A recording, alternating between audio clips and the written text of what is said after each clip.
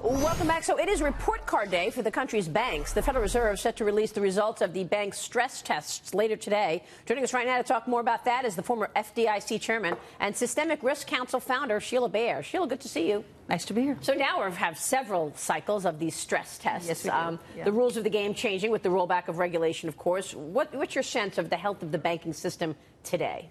Well, it's certainly a lot better than it was prior to the crisis, but I think there are a lot of unknowns. There's a lot of risk, I think, associated with protracted accommodative monetary policy. Valuations are very high. Debt levels are still pretty high by historical standards. Corporate debt is at an all-time high.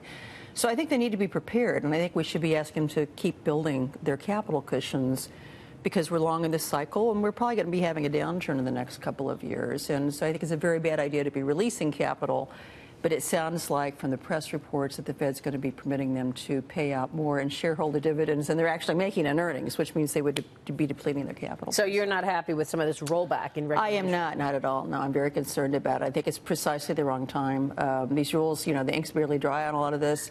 They're not perfect, but I think at least for the capital rules, leave them in place. Let's go through a cycle before we would tinker. And they really haven't been tested yet. And to start rolling them back now, I think is really ill-advised. Absolutely. So I guess a taxpayer might wonder what they're supposed to be rooting for with these stress tests, because you don't want an unhealthy bank. But on the other hand, if they get a good grade, it means they're going to start reducing the cushion they have for a rainy day. Yeah, exactly, which I don't get. And you can still, they're very profitable. I mean, banking's back. The big banks in particular, they can still pay out a nice, healthy dividend without depleting their capital. There's still plenty of room left to keep building incrementally those capital cushions. So I don't understand why the Fed would want to do this. And, well, these are based on press reports. We'll see what actually happens. But it's, from everybody I talked to, that is what's going to happen. Sheila, your impression when a lot of new regulations went in on the big banks, what we felt in the market was, the inability for some of the smaller companies to get a loan. Yeah. So it pushed it down to the community banks. What's your view? I mean, was that a good move, or how's that working out from your point of view? Well, that's a really good point, because if you look at who was doing the lending during the crisis, the smaller banks that had much higher capital cushions kept lending through the cycle, where the big banks that were much more highly leveraged were pulling back on credit lines, not refinancing loans. Yes. You probably experienced some of that. So this idea that somehow lowering capital is going to increase credit availability is just not right. Through the cycle, better capitalized banks will do more lending, and that was true with the small banks. So, and I'm here for a Women in Governance conference today. And one of the things I've been talking about is for boards, just because the Fed says you can doesn't mean you should. And you should talk with managers about what happened in the last crisis. How many customers lost their credit lines? How many customers had to be turned down for refis? We don't want that to happen again. How well prepared are they? Yeah, there were a lot of small companies and loans that just got kicked out. They did. They got 30 days to go find another bank. Yeah, exactly right. Which is why they changed some of the rulemaking for smaller banks and lending. Yes. If you look at the entire financial system right now, where do you think is the greatest risk? Which institutions have taken on too much credit risk, maybe? Right. I just think about the auto lending and how the auto lenders are really stretching to get people into cars at this point. Auto lending has been a problem for a couple of years now, and so, that's an area. Leverage lending is kind of out of control. Corporate debt's very high. A lot of that's market-driven, but banks still have some exposure to it.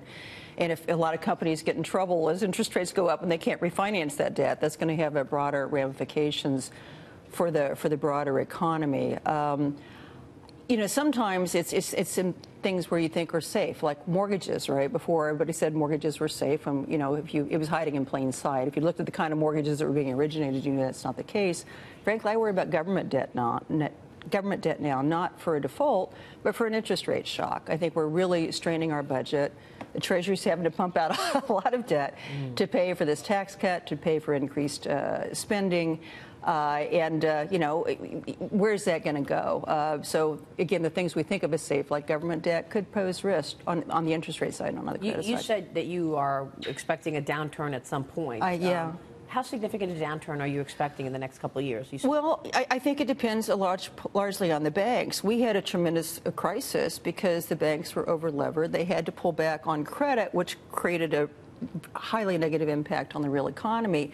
If they have adequate capital cushions now to keep lending through the cycle, we won't have a severe recession. But if they're too leveraged going into this, they're going to be a source of weakness, not a source of strength for the economy. And then you've got cryptocurrencies, right? Goldman Sachs going to trade cryptocurrencies Yeah, and all other digital products. Yeah. You wrote an op-ed recently. It took a balanced view of why the Fed should get serious about looking at crypto, creating its own digital currency. Tell me about a Fed coin and how that would change the financial landscape. Well, I think that's years down the road, but they do need to be looking at it. There's a lot of private efforts to have what's called a stable value digital currency. And I do think there's some, these interchange fees and checking account fees are so unpopular.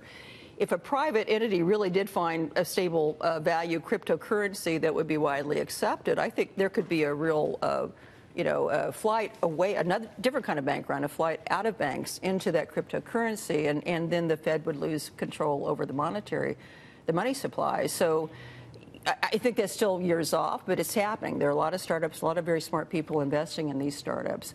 From a monetary policy transmission perspective, it would be highly efficient because the whole idea, so right now the main tool that they use to govern interest rates is interest on excess reserves, IOER, so they pay interest to big banks on the reserve deposits they have. It's about 1.95% now. It doesn't trickle down.